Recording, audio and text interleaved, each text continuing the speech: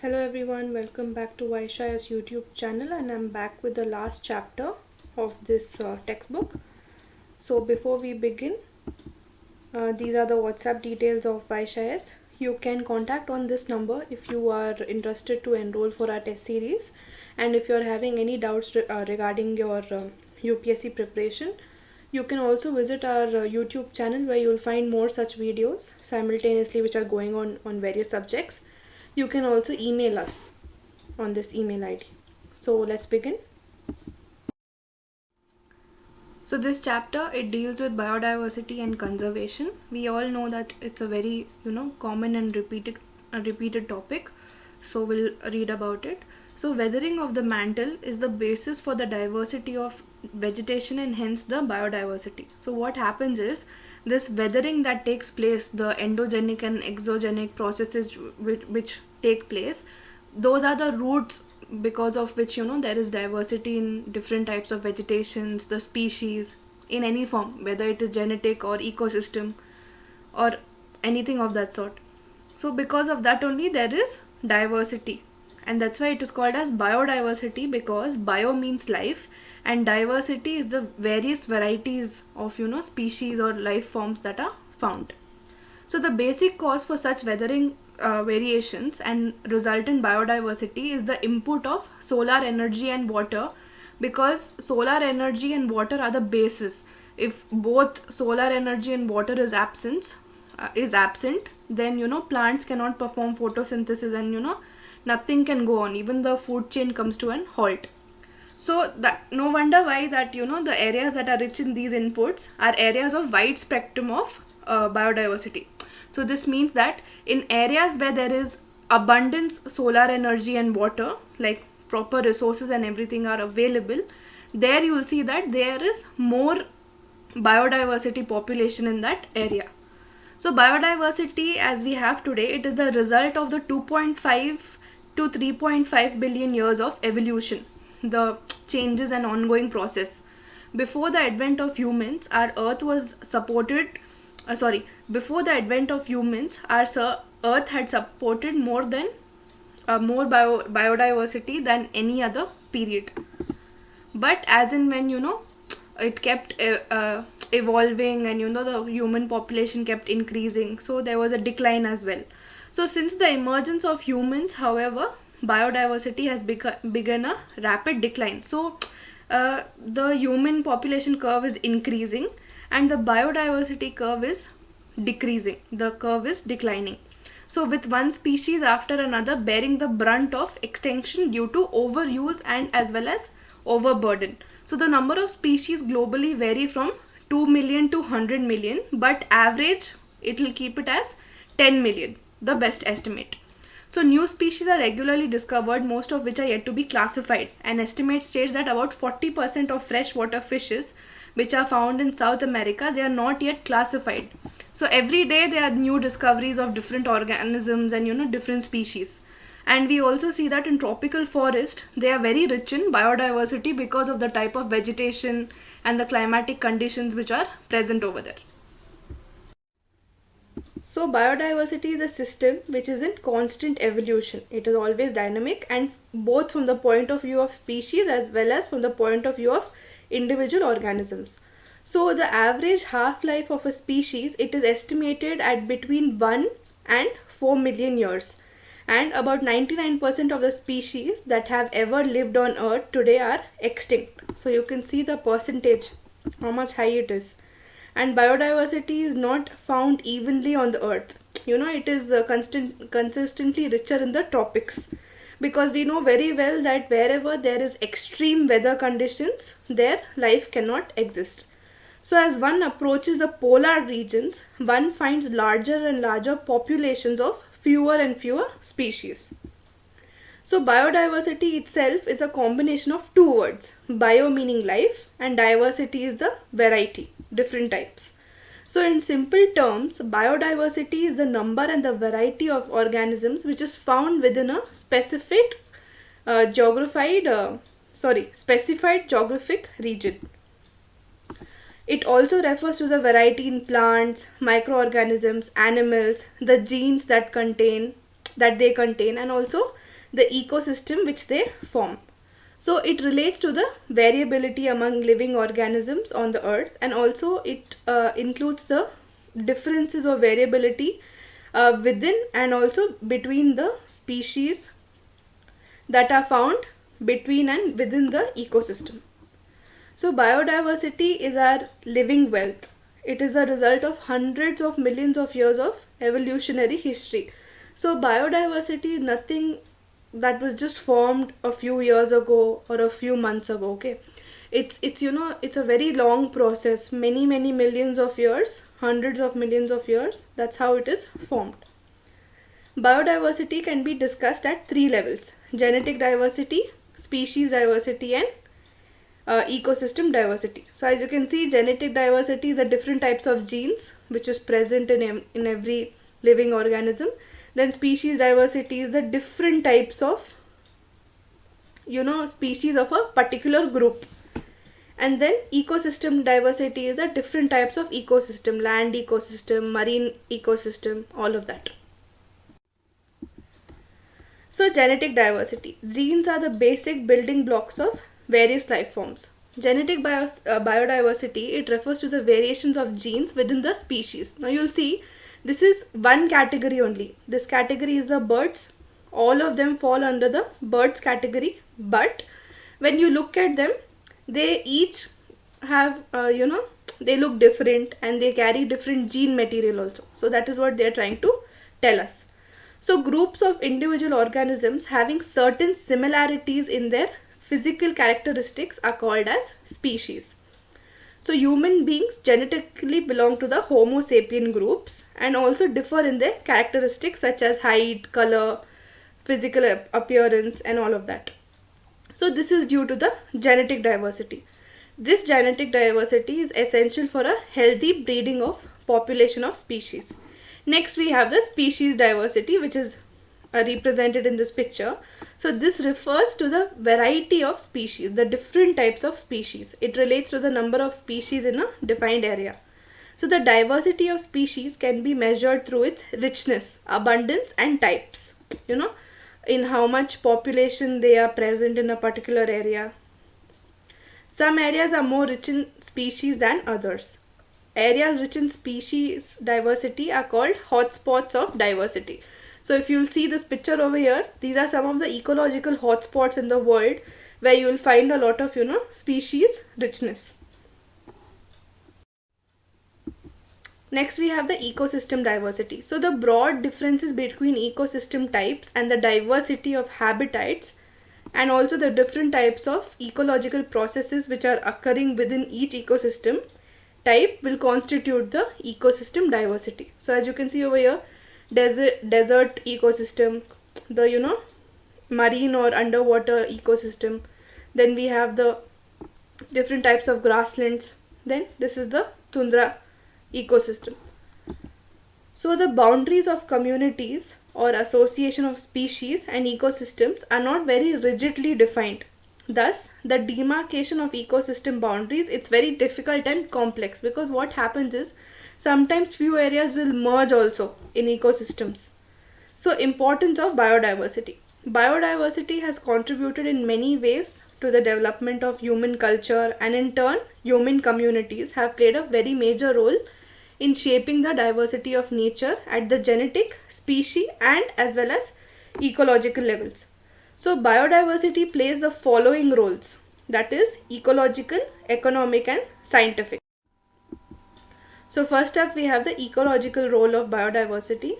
So species of many kinds, they perform some sort of function or the other in an ecosystem.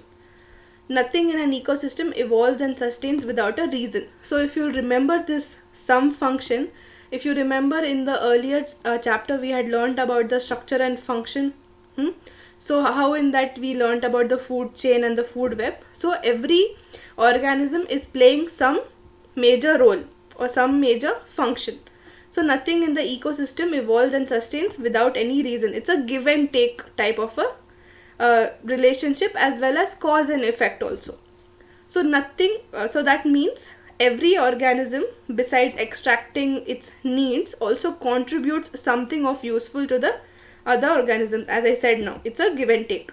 So species capture and store energy, produce and decompose the organic materials, help to cycle water and also nutrients. You remember in the previous chapter we read about the water cycle, nutrient cycle, mineral cycle throughout the ecosystem.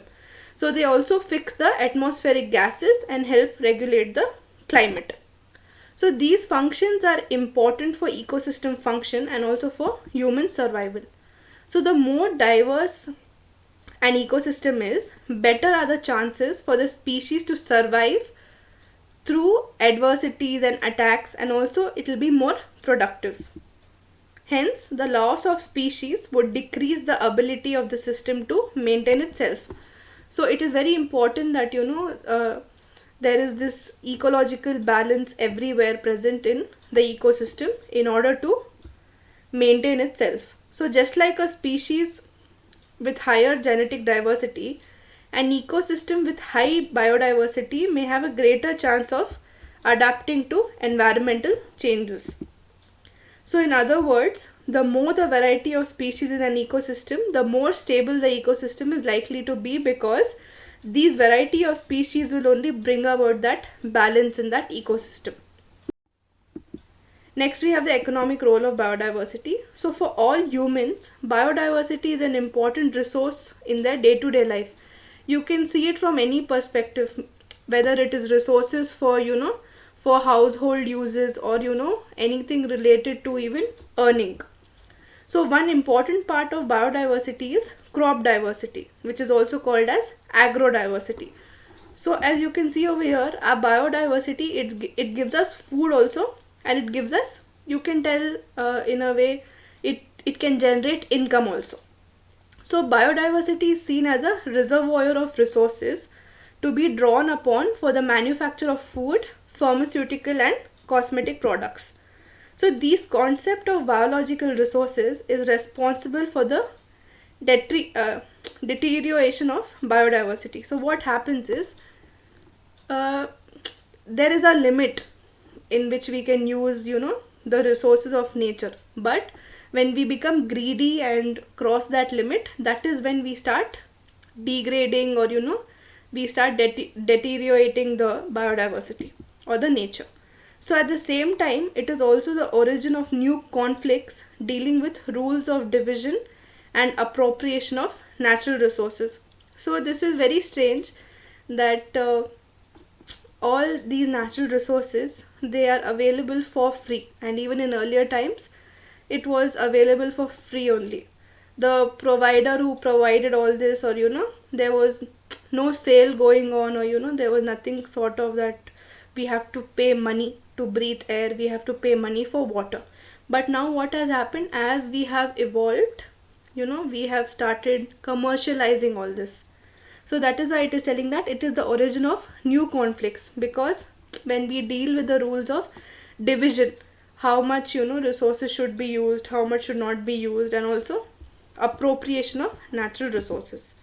So some of the important economic commodities that biodiversity supplies to humankind are food crops, livestock, forest, fish, medicinal resources. So these are very few, but when we actually sit and write, you will get a very very very long list of the commodities that we get out of biodiversity and nature. So scientific role of biodiversity. So biodiversity is important because each species can give us some clue as to how life evolved and will continue to evolve. So it is very important. Biodiversity plays a very important role in science because it helps us to answer those questions which we get when we discover something, when we find anything new. It answers all those questions. So biodiversity also helps in understanding how life functions and the role of each species in sustaining ecosystem of which we are also species. So this fact must be drawn upon every one of us so that we live and let other species also live their lives. So it is our ethical responsibility to consider that each and every species along with us they have an intrinsic right to exist. So hence it is morally wrong to voluntarily cause the extinction of any species. If it happens due to natural causes, then it's okay. But when the reason for their extinction is man-made, or anywhere related indirectly to human actions, that is when there is a big problem. So the level of biodiversity is a good indicator of the state of our relationship with other living species. So in fact, the concept of biodiversity is an integral part of many human cultures. Next up, we have the loss of biodiversity. So since the last few decades, the growth in human population has increased and the rate of consumption of natural resources as well. What is happening? This human population, it is increasing, the curve is increasing, but what is happening? The biodiversity curve, it is declining, the curve is declining. So this is not the right case. It has accelerated the loss of species and habitation in different parts of the world. So tropical regions, which occupy only 1/4 of the total area of the world, they contain about 3/4 of the world's human population. Also, over-exploitation of resources and then deforestation, they have become very rampant to fulfill the needs of large population. As these tropical rainforests, they contain 50% of the earth species, the different types of species, and destruction of these natural habitats, they have proved disastrous for the entire biosphere. So natural calamities such as earthquakes, floods, forest fires, droughts, volcanic eruptions, they cause damage to the flora and fauna of the earth, bringing change in the biodiversity of the respective affected regions. So also pesticides and other pollutants such as hydrocarbons and toxic heavy materials, they destroy the weak and sensitive species. Also, all this industrial waste and everything, whenever it lands into water bodies and all of that, that also causes a lot of destruction to species.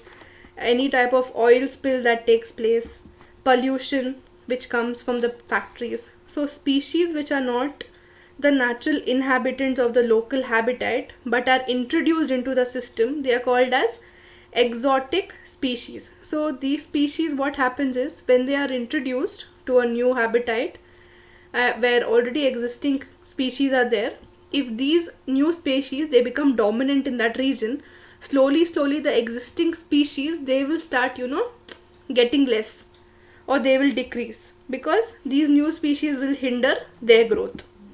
So there are many examples when a natural biotic community of ecosystem suffered extensive damage because of the introduction of exotic species, or we can call them alien species also. So during the last few decades, some animals like tigers, elephants, crocodiles, minks, rhinoceros, and also birds were hunted mercilessly like poachers for their horn, tusks, hides. So there's a lot of illegal trade that goes on across borders for the various parts and all of that of birds and animals. So it has resulted in the rendering of certain types of organisms as endangered category.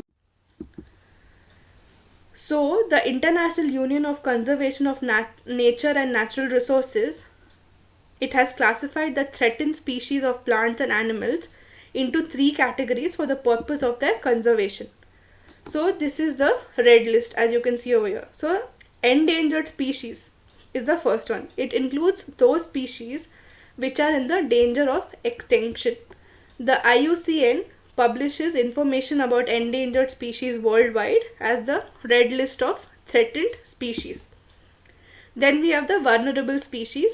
So these include the species which are likely to be in danger of extinction in the near future if the factors threatening to their extinction continue.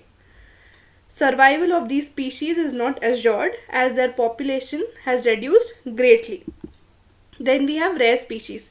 So population of these species will be very small, and it will be very small in number in the world. They are confined to limited areas or thinly scattered over a wider area. Then conservation of biodiversity. So biodiversity is important for human existence, and all forms of life are closely interlinked, that disturbance in one gives rise to imbalance in the others. So if one species, so we can tell that biodiversity is like a moving vehicle, okay, and all the parts, all the wheels which make the vehicle run and make the vehicle move, same way, if there is problem in any one part, or in any one wheel of that vehicle, it can cause the entire process to stop. The vehicle can stop, it can get damaged. So that is how it is. So if species of plants and animals become endangered, they cause degradation in the environment, which may threaten human beings' own existence. So there is a very urgent need to educate people to adopt environment friendly practices and reorient their activities in such a way that our development is harmonious as well as it is sustainable with the other life forms. So there is an increasing consciousness of the fact that such conservation with sustainable use is possible only with the involvement as well as cooperation of local communities and individuals. See, nothing can happen directly at international level and national level. Everything has to start at the roots, and roots will be individuals themselves, and then the people around them, and also the local communities, because this will build into bigger groups, and it will reach more people and teach more people. So for this, the development of institutional structures at local levels is necessary. So education plays a very major role in all of this, educating people, the awareness, spreading awareness to people. So the critical problem is not merely the conservation of species, nor is the habitat, but the continuation of the process of conservation. So there was this United Nations Conference on Environment and Development in Brazil, I think. The government of India, along with 155 other nations, have signed the Convention of Biodiversity at the Earth Summit held at Rio de Janeiro, Brazil in June 1992.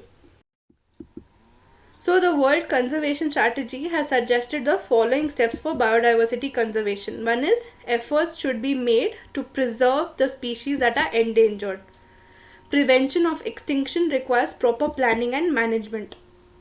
Also, variety of food crops, forage plants, timber trees, livestock, animals and their wild relatives, they should be preserved. Each country should identify habitats of wild relatives and ensure their protection. Like how we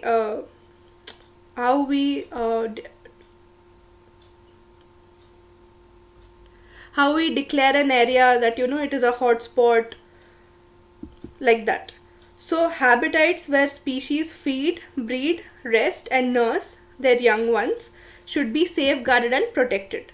International trade in wild plants and animals, it should be regulated. This is a very important. Then, to protect, preserve and propagate the variety of species within the natural boundaries, the Government of India has passed the Wildlife Protection Act 1972, under which national park and sanctuaries were established under biosphere reserves, which are declared. So there are some countries which are situated in the tropical region. They possess a large number of world species diversity. So they are called mega diversity centers. So there are 12 such countries, which are namely Mexico, Colombia, Ecuador, Peru, Brazil, Democratic Republic of Congo, Madagascar, China, India, Malaysia, Australia and Indonesia, in which these centers are located. In order to concentrate resources on those areas that are most vulnerable, the International Union for the Conservation of Nature and Natural Resources has identified certain areas as biodiversity hotspots.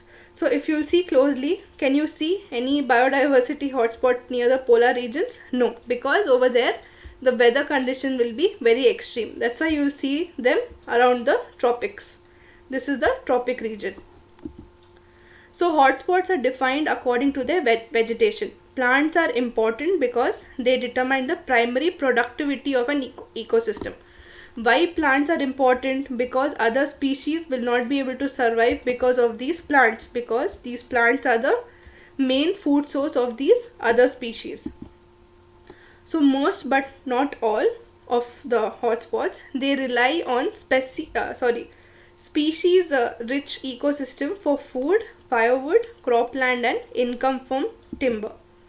In Madagascar, for example, about 85% of the plants and animals, they are found nowhere else in the world. Other hotspots in wealthy countries are facing different types of pressures. So the islands of Hawaii, they have many unique plants and animals that are threatened by introduced species and land development.